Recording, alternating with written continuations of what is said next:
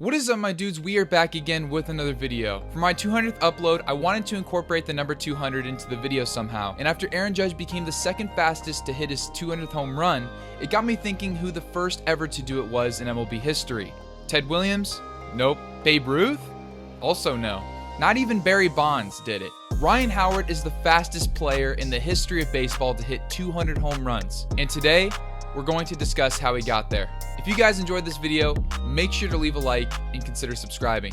Ryan Howard was drafted in the 5th round of the 2001 MLB draft out of Missouri State University. Almost 22 years old, Howard spent a few years in the minors before getting a September call-up to the majors late in 2004. In a small sample, he performed well, but was unable to get starts at first base, with future Hall of Famer Jim Thome blocking his way to an everyday role.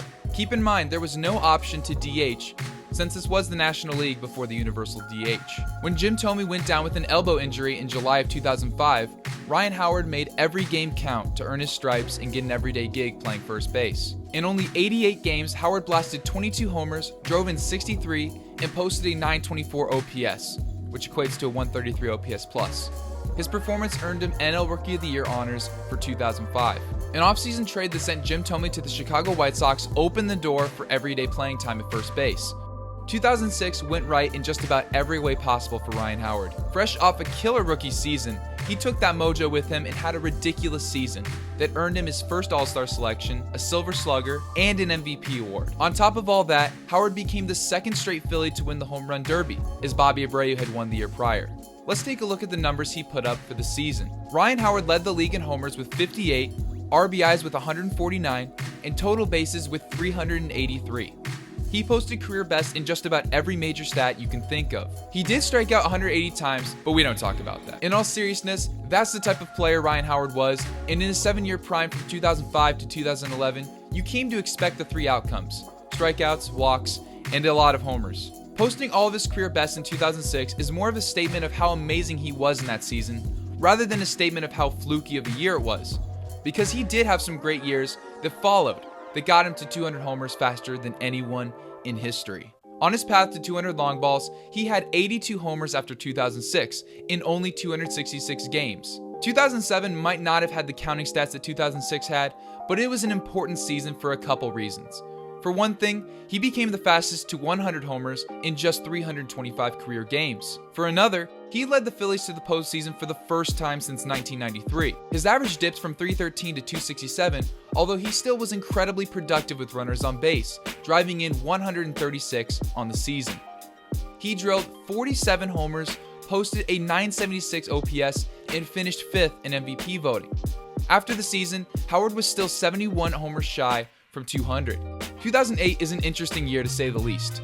It's the only year in which he played all 162 games. He led the league in homers for the second time in his career with 48, and led the league in RBIs with 146. His OPS dipped under 900, and his OPS plus was only 25 percentage points better than league average. He didn't even reach 2 wins above replacement for the season, yet he finished second in MVP voting behind Albert Pujols, who led the league with a 9.2 WAR. The Phillies made the postseason for the second straight year in 2008 and were able to win their first World Series thanks in large part to Ryan Howard's 3 homers and 1.137 OPS in the World Series. Before the 2009 season, Ryan Howard was sitting at 177 homers in 572 games, remarkably holding up his 50 home runs per 162 game pace that he held after 2006. After a down season by his standards, he came back strong in 2009 as he made his second All-Star team, hit 45 homers, and led the league in RBIs for the 3rd time in his career with 141.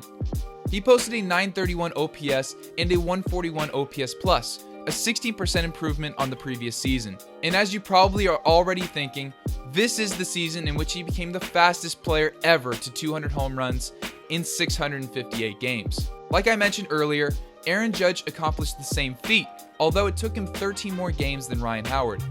Ryan Howard's prime from 2005 to 2011 contained so many exciting moments, from hitting 50 homers in a single season to winning the Home Run Derby, an MVP, a Silver Slugger, and a World Series in 2008.